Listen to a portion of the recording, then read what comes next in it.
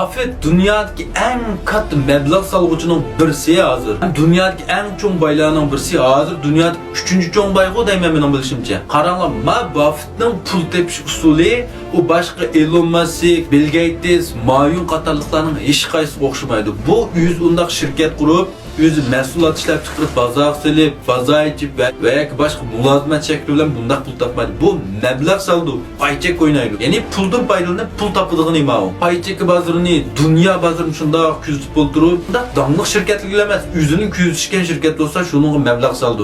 Məbləğ savuçu digen qaranlar bu şirketini tam baş kurup bunun işki işleri herkes arlaşmaydı.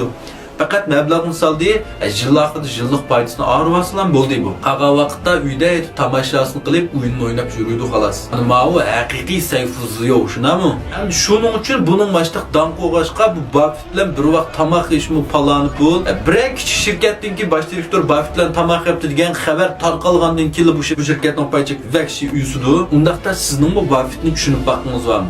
Bunun pul tepiş yollarını öğünüp bakınız var mı? Buffett zatı kandak adam, pulunu zatı kandak tapıdı. Dünyadaki 3 çoğun bayından bir bulamısınız mı?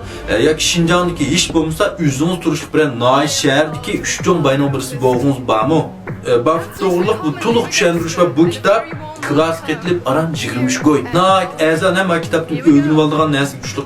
Karxançılık yolu mangan, meňiwatkan, mağmakçı olgan her kandak bir adamın kayşıda, maşinista, üydi çukum, bığışık tekişlik kitap mağı. Şu çoğun aykırıp koydum, tapamı kallar, sıçın kısanlar ayrım yolla birey.